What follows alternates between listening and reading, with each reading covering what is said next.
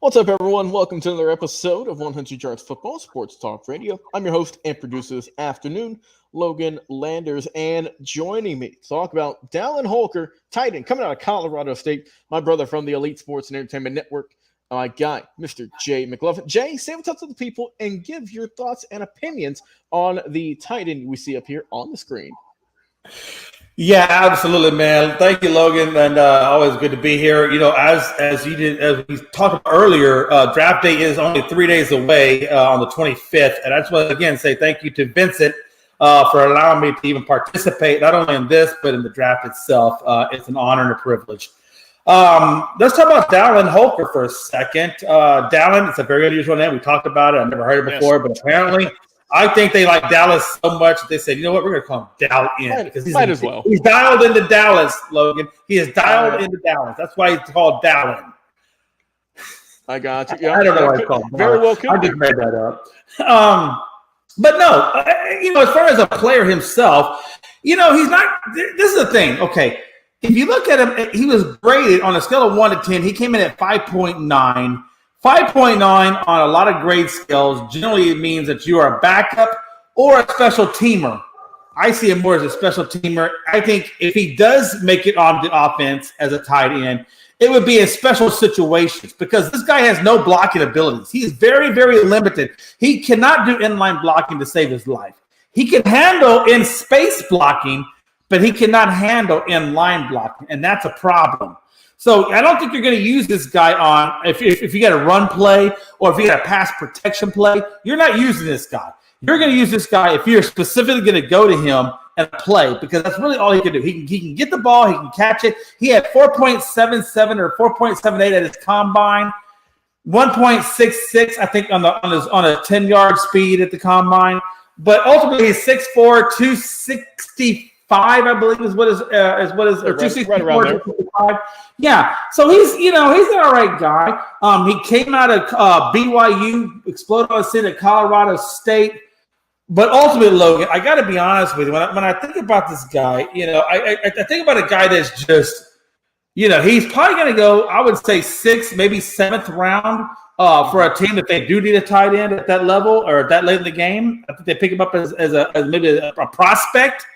But I don't think he's going to be anything more than a backup or a special teams guy. He has good body control. I will give him that, which allows him to focus and put some highlight on those grabs.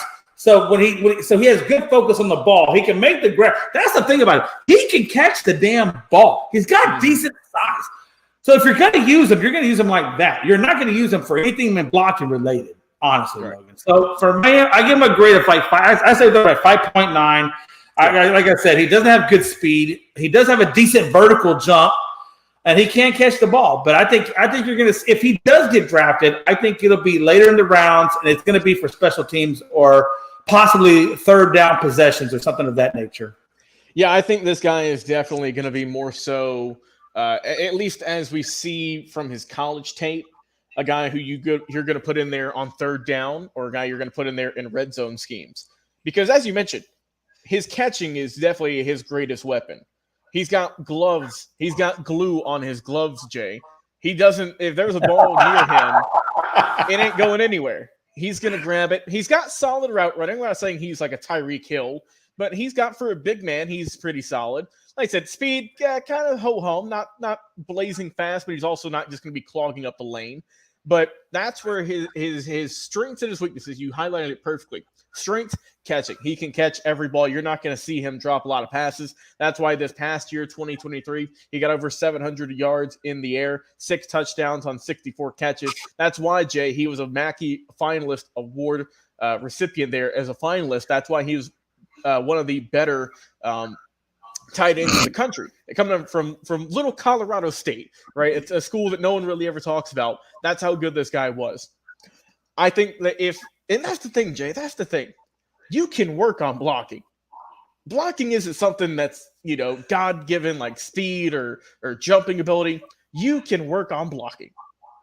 If this guy, Jay, if he works on his blocking, if he really just puts his nose down and starts figuring out just, how do I get better as a run blocker, as a pass blocker, he's a guy who I don't know if I would say could be, a star in this league. I don't see anything like that, but could be a guy who could be a potential, I would say a fringe starter one day.